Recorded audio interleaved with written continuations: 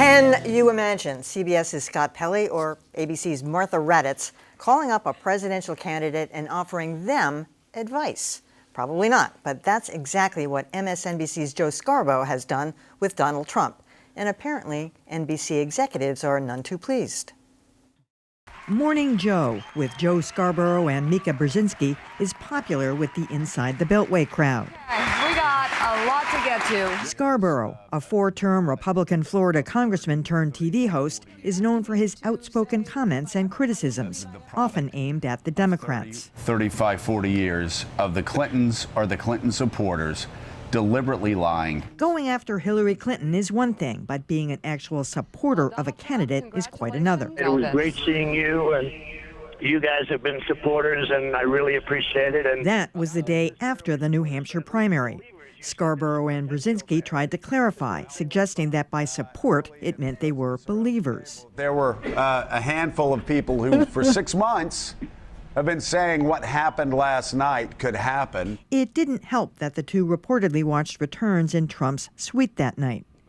Meanwhile, by his own admission, Scarborough has been a supporter. At a speaking engagement last fall, Scarborough said he calls Trump to give him advice, and once walked into his office and said, "Donald, do you know how to read? You should read before a debate." They're now mocking and ridiculing us because we got it right. Well, and actually, suggested that somehow we're too close to Donald Trump. No one needs to suggest anything, though, when you admit it yourself.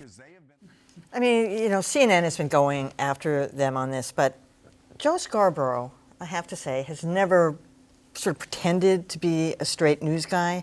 I mean, we've had this conversation over the years. Keith Olbermann, other people have gotten in trouble for doing something because they were allegedly playing it down, although Keith didn't either. But I mean, I think it's one thing not to play it down the middle. It's another thing to have a relationship with someone who you feel comfortable walking into their office or making suggestions about how they run their campaign, and then actually telling people that that's what you did. You know, I'm sure there are cozy relationships all over the world between, you know, the elite media world and the elite political world. I mean, you look at JFK and Ben Bradley. I mean, we knew about that after the fact. I mean, it does happen, but this is rather flagrant. And when it starts creeping into the editorial, you know, overflow, because Joe Scarborough also has an issue with Marco Rubio. They have a really contentious relationship. Marco Rubio has refused to go on the show and has something to do about, you know, his tenure in Congress, and I guess each thought the other was, you know, I don't know. But so he's got problems down the line. Yeah, I mean, I guess I just have in no way expectations that Joe Scarborough is going to be a down-the-middle kind of person. I mean, to me, the fact that he is a former Republican congressman who gets talked about on a regular basis about being a vice presidential nominee for Trump, as was rumored a while back, or running again for Congress in some sort of capacity. You know, the Trump relationship is, I think, tied a lot to what Morning Joe is. I mean, the piece said that Morning Joe is a very popular in the Beltway show, but it's also a very New York show.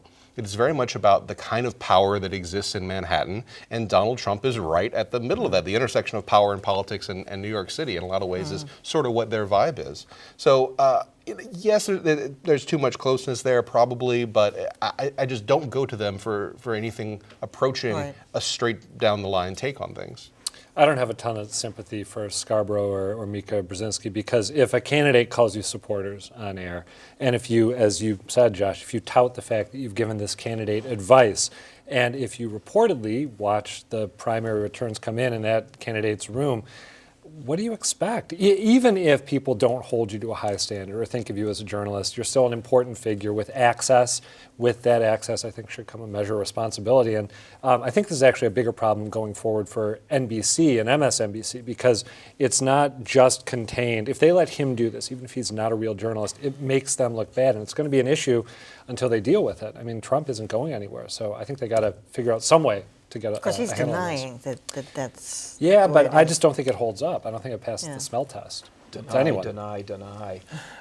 You know, I don't want Trump to call me low energy, but I find it very difficult to get excited about ethical issues involving Joe Scarborough. He's an entertainer. He's not a very good one. His show's awful. I don't know what else to say. Callie loves the show. I watch it all the time. So I'm sorry. I watch it because he is very much confirmed in his position as a conservative Republican, and I want to hear his opinion. So that's if you are turning in and you don't know that, you're way off. The man has never been a journalist. So that's the first thing. The second thing is to say that because I watch it all the time, I am so sick of them talking about Trump, I could scream. I now have to switch over to everybody else just because it's constant and it is like an hour every day. So if I didn't know there was some other relationship, I'd wonder, why is this so interesting? I mean, it's interesting in the larger context because he's an outside candidate, all the reasons we've talked about.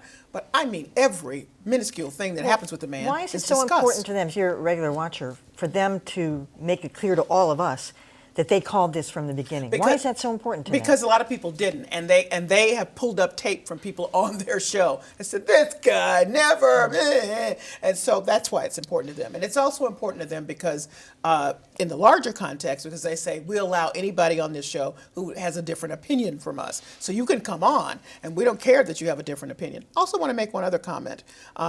And I think maybe he should be clearer about how he stands. And there's nothing wrong with that. That wouldn't stop me from stopping. I already know where he stands.